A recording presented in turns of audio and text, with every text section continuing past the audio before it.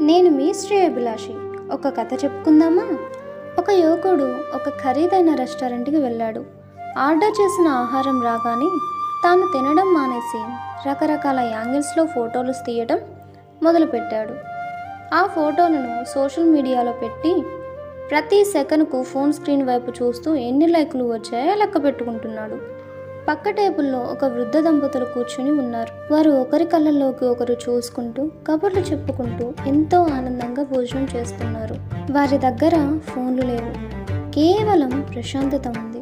కాసేపటికి ఆ యువకుడికి 100 లైకులు వచ్చాయి. కానీ అతని భోజనం చల్లారిపోయింది. అతని చుట్టూ జనం ఉన్నా మనసు మాత్రం ఒంటరిగానే ఉంది. అప్పుడు అతనికి అర్థమైంది, 1000 లైకులు ఇచ్చే సంతోషం కంటే మనం గడిపే ఒక నిజమైన క్షణం ఇచ్చే తృప్తి చాలా గొప్పది. ఫోన్ స్క్రీన్పై గడిపే జీవితం కంటే కళ్ళ ముందున్న మనుషులతో గడిపే జీవితమే అసలైనది. మీరేమంటారో కామెంట్లో చెప్పండి. ఇలాంటి మరిన్ని స్టోరీస్ కోసం మన ఒక చిన్న మార్పు ఛానల్ని సబ్స్క్రైబ్ చేసుకోండి. Thanks for watching.